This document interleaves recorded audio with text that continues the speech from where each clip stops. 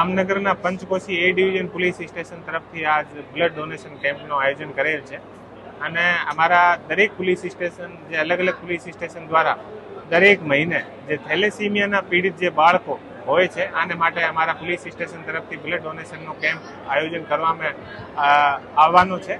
દરેક મહિને અમે લોકો આયોજન કરીએ છીએ। આ વખતે પંચ એકોશી ડિવિઝન દ્વારા બ્લડ ડોનેશન કેમ્પનું આયોજન કર્યો છે। અત્યાર સુધી લગભગ 150 ને આસપાસ યુનિટ જે બ્લડ છે એકઠો થઈ ગયો છે અને તમે જોઈ શકો છો કે લોકોમાં કેટલો ઉત્સાહ છે અને સાંજ સુધી સરસ રીતે લગભગ અમારો ટાર્ગેટ છે કે 300-350 ની આસપાસ જે યુનિટ છે બ્લડ એકઠું થઈ જાય।